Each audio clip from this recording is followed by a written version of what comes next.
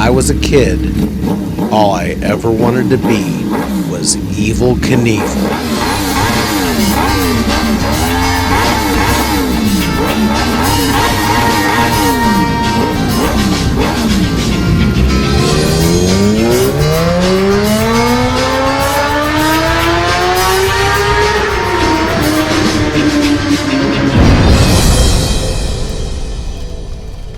When I was a kid, all I ever wanted to be was Evel Knievel.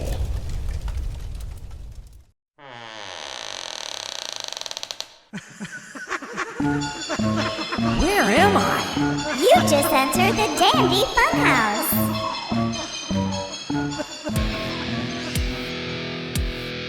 Hello and welcome to the Dandy Funhouse, the home of your favorite frivolities. Neil Dandy here, and today I want to tell you about a real-life superhero that performed superhuman feats in the 70s. Today, it's almost unimaginable that many people don't even know who he was. But back when I was a kid, Evel Knievel was everywhere. He was a motorcycle daredevil who performed such amazing stunts as jumping over the fountains at Caesar's Palace in Vegas, jumping like a gajillion school buses, and things like that. And as spectacular as his stunts were, even more spectacular were his crashes. This guy broke almost every bone in his body and not only lived to tell about it, but kept coming back for more with bigger and more amazing stunts, most notoriously shooting himself in a rocket over a canyon, which, by the way, failed miserably, and he crashed down into the canyon, and, well, he lived. Go figure. Okay, what does all this have to do with what we talk about here, which is amusements, toys, games, and frivolities? I'm glad you asked. See, in addition to being a guy apparently bent on killing himself for the pleasure of others, he also marketed and merchandised himself like a madman. In the 70s, Evel Knievel toys, they were everywhere. Kids played with Knievel cars that would fly apart when you crashed them, little toy ones. Evel Knievel rockets, you could pretend to crash into canyons. Evel Knievel bicycles, which we would all ride and hurt ourselves jumping over homemade ramps with. Action figures, toy camper vans, and most everything else you could think of. Now, when I say this guy was everywhere, I mean he was everywhere. But the Evel Knievel toy that started it all was the Stunt cycle. This wasn't just some little toy motorcycle you pushed around on the floor with your hand while making sounds. No. This thing, you put the action figure on top of the bike, then you put the whole thing into this contraption called an energizer, which you cranked a gear wheel by hand as fast as you could. And when you stopped cranking, the bike with Evel on top would take off like a bat out of Hades to terrorize your dog, your sister, jump ramps, do flips, loop-de-loops. I mean, this thing was cool, and every kid had to have one. That was every kid except me. See, my mom, she was very protective of me back then and was real worried that if I got this toy, it might inspire me to want to ride motorcycles. And, well, she actually wanted me to live long enough to give her grandchildren. Go figure. So instead, I got the Evel Knievel crash car, which you're supposed to intentionally crash into walls and other toy vehicles so you can watch it fly apart and kill Evel Knievel inside of it. Well, apparently her strategy might have had some merit, because to this day, I do not ride motorcycles, but I do drive about 50,000 miles per year, doing all the silly antics that I do, and she does indeed have grandchildren. Nicely played, Mom. So, once again, what happened to all those kids who had all those toys? I'm glad you asked. There are many groups on the internet of old, fat, bald guys who spend their time collecting and showing off their Evel Knievel toy collections to the world. Now, I'm not sure who actually needs 25 different variants of a toy motorcycle or an Evel Knievel toothbrush still in its original packaging, but those guys are out there in force, barely pulling their reissued Evel Knievel hoodies over their bellies and setting the interwebs on fire. Enter the beauty of American capitalism. Seeing this passion in the marketplace for all things Knievel amongst the midlife crisis set is a company that goes by the name of California Creations, and they've acquired the permissions to lovingly manufacture a reissue of the infamous Evel Knievel stunt cycle, and I've got one brand new in the box right here in my hands. Now, what makes this even sweeter, and you're going to love this, this was given to me as a Christmas gift by Mom. That's right, my own sweet mother. I guess now that she's got her grandchildren, I've served my purpose. And I can go ahead and get inspired to ride motorcycles. I'm on to you, Mom. And with that, what do you say we ditch the glitz and glamour of the Dandy Funhouse Studios, head over to the kitchen table, do a proper unboxing, and then we're going to take this thing outside and you all can get a good laugh out of a guy going through menopause like me, reliving his childhood in his driveway. Ready? Let's go crack this clamshell open. So here we are at the Dandy Funhouse kitchen table, the Evel Knievel stunt cycle. Look at that. That is something, isn't it? Right off the bat, I can tell that Evel's head looks pretty small in that helmet over there. So let's have a look and see what we got here. Here's the side. Oh, good retro imaging on the side. I'm liking that. Evel Knievel helmet, posable figure, energizer launcher, and a motorcycle. And here's all the instructions, assembly labels, energizing the cycle, seating the figure, doing jumps. Heck yeah. And then here's various tricks it says you can do. Ooh, headstands and whatnot. Well, let's open it up. I did already pop the tape on this, as you can tell. Otherwise, you'd have to sit here and watch me picking tape off the box, and that wouldn't be any fun. So what do we got first here? This appears to be the base of the Energizer.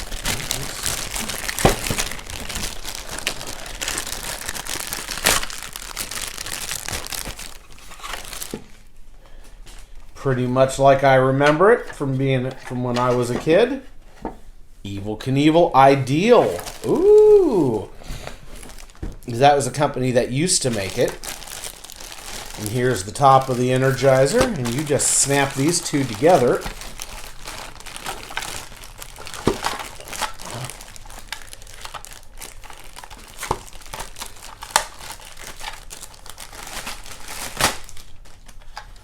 And I don't think there's much to it. It just looks like you just snap them together like so.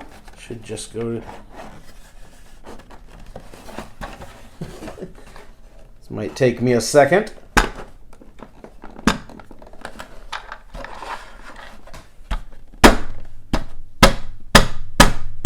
Well, that's a little tough. I might have to work on that for a hot minute here.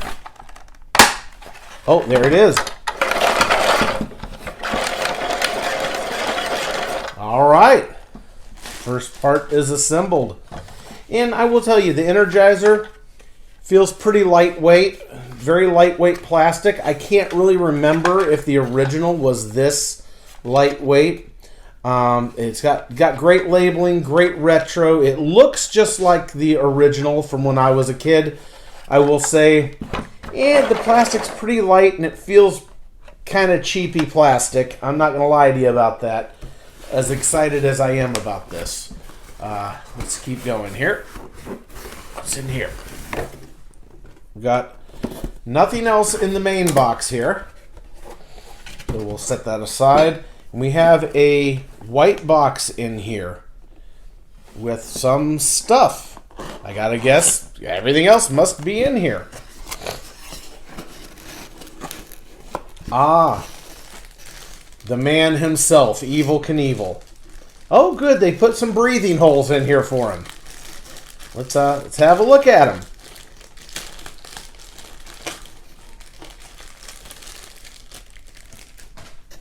All right, well, I gotta tell you, they did the man justice. His head's kind of bobbly, kind of wobbly. That's probably a good thing because his head's gonna take a lot of knocks. If it were too stiff, it probably, probably good that it's got some give. He's got like a kung fu grip on his hands. I think he's bendable. Yes, he's bendable. Posable and bendable. That's good. I think that's going to be very, very important for Mr. Knievel here. But they really did a good job on him. Check the sideburns. His face really looks like the guy. All right. Well, Evel, let's let you have a seat right there while we unbox the rest of this. If you can, sit right there. Well, lay right there. Here's the helmet. Now, I've heard chatter about the helmet not fitting very good on the interwebs. And let's have a look at this helmet here. Oh, it's pliable, which is a good thing. That means the thing's not going to break. And I've heard that it fits very loosey-goosey on his head.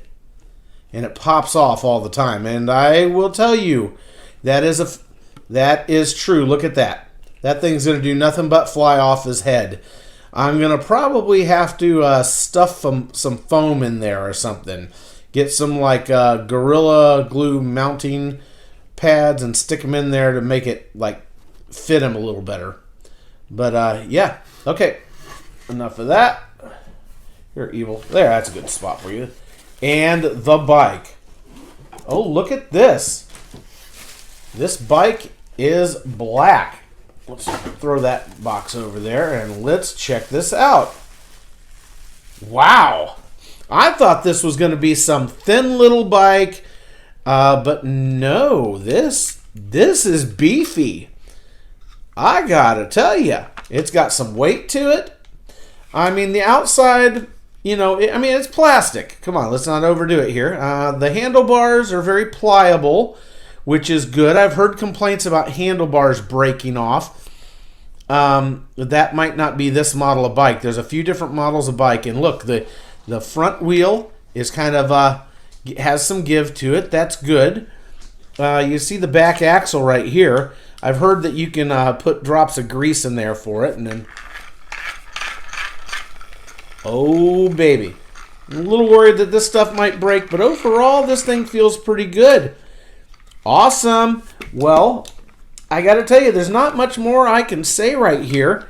That's the unboxing, and well, there you have it. That's everything in the box. Oh, look, his helmet just kind of spins around on him. Yeah, I'm gonna have to do something about that. That's gonna require a mod, and I think I am gonna do a little mod before I take this guy out into the driveway and make him do unspeakable acts. You guys ready to go crank this bike up all the way here?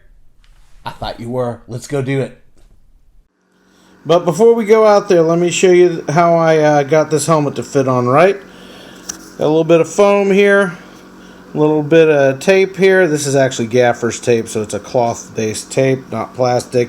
And just cut little strips out of it and put them in there and then taped up, as you can see, like that. Should you have to do this? No. Do you have to do this? Yes. California Creations, I hope you're hearing me, and everybody else who has this toy, make this helmet fit. But now it does. And if I can do this one-handed, I shall show you. It fits real good, actually. Except it's a little tough to do one-handed. There we go. There we go. Now we got it on there, and he is ready to rock.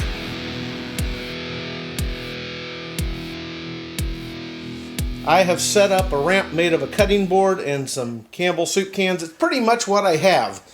I mean, what do you want from me? I already went out and bought a hoodie and I made this stupid helmet. So got Evel ready to go here. My phone mount. Attach that here. Watch out, Emma Lou.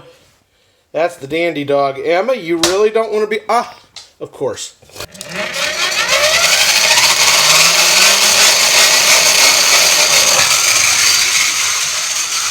Watch out, Emma.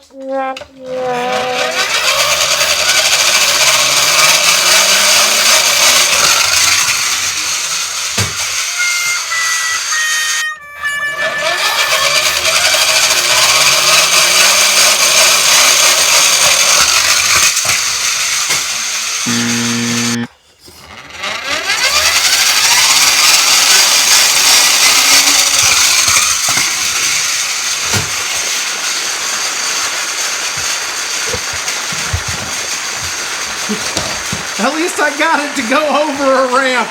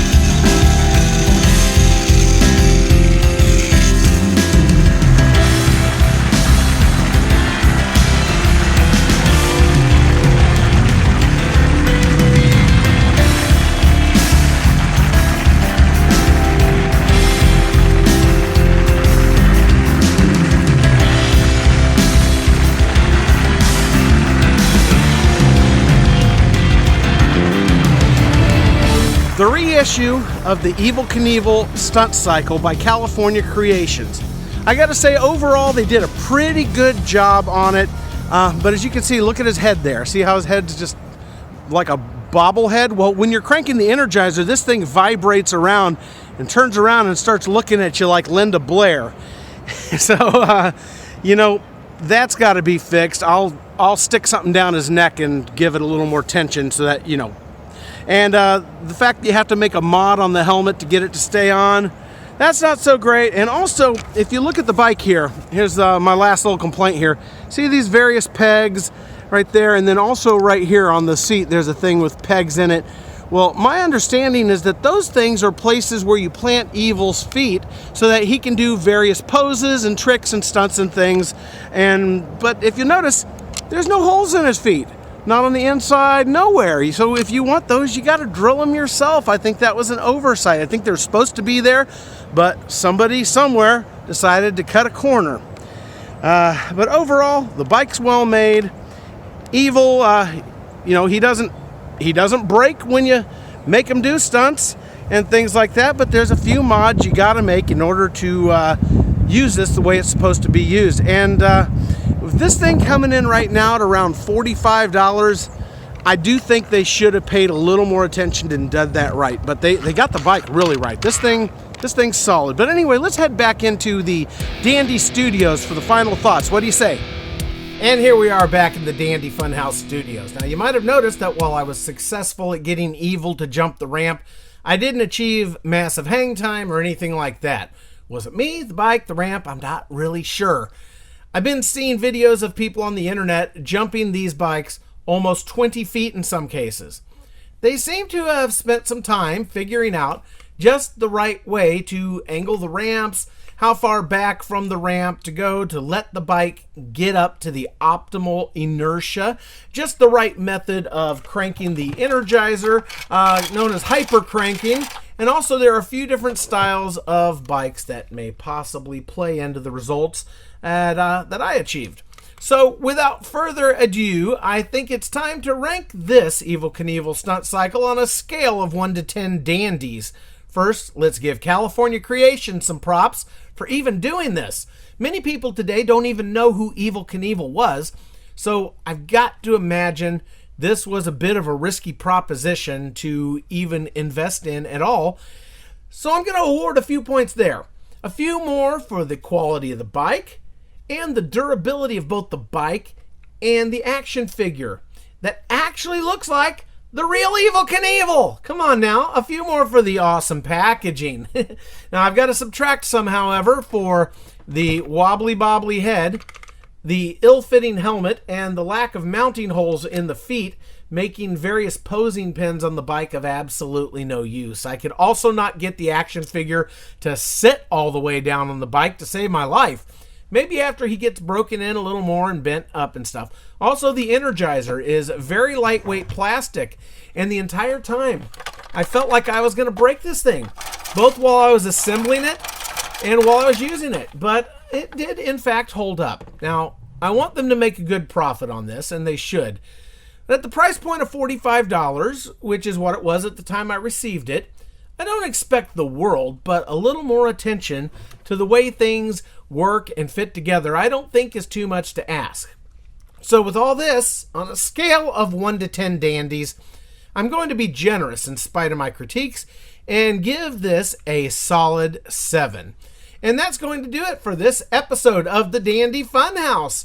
Another adventure will be zooming around the corner soon. So be sure to like, subscribe, and all that stuff. And there are various ways to support the production of future episodes via the patronage links in the show notes, description, comments, or at dandyfunhouse.com, depending on how you're frivolitizing with us today.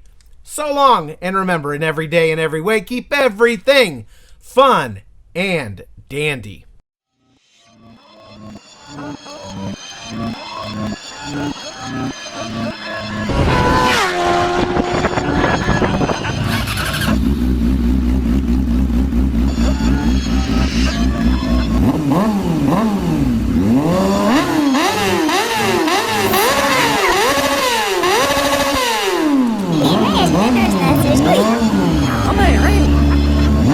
I got him to sit!